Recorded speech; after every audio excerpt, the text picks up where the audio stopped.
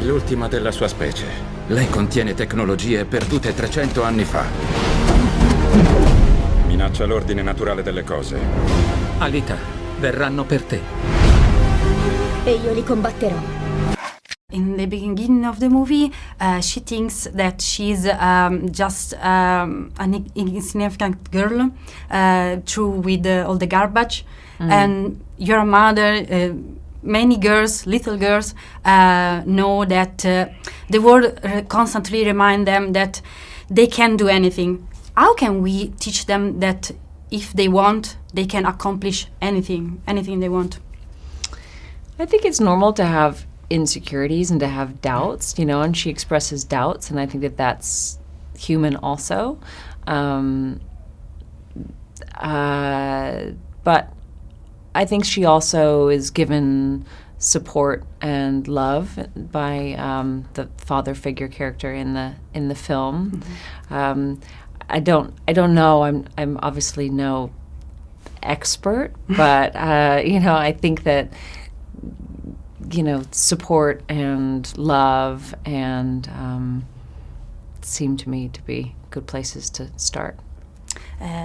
Ito's character, seeking revenge, he can't find peace. Instead, when he gives Alita again life, he seems maybe not at peace, but more happy. Instead, your character is not seeking revenge, but creates monsters. So why, in your opinion, we can't understand, and our leaders can't understand, that creating something that is good is better than destroy something?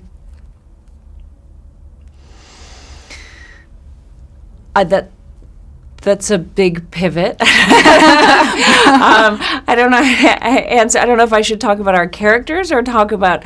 It seems like we're talking about politics. I don't know why, and I don't think that we can be that.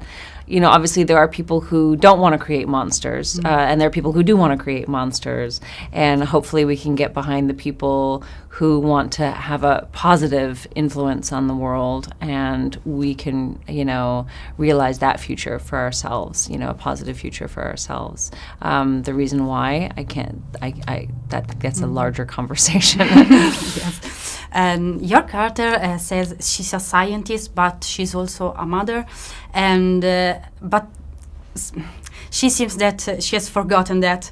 How can we always remember who we are and stay true to our principles? Because power, science can turn us bad, but inside we are mothers, sons, fathers. How can we remember that always? It's hard to always remember that. I think that, speaking about my character, she is someone who, you know, she experiences a lot of grief. She loses her child and she experiences this grief, and she doesn't really know how to take it head on. And so she fantasizes that if she escapes this place, she'll escape that grief of that loss.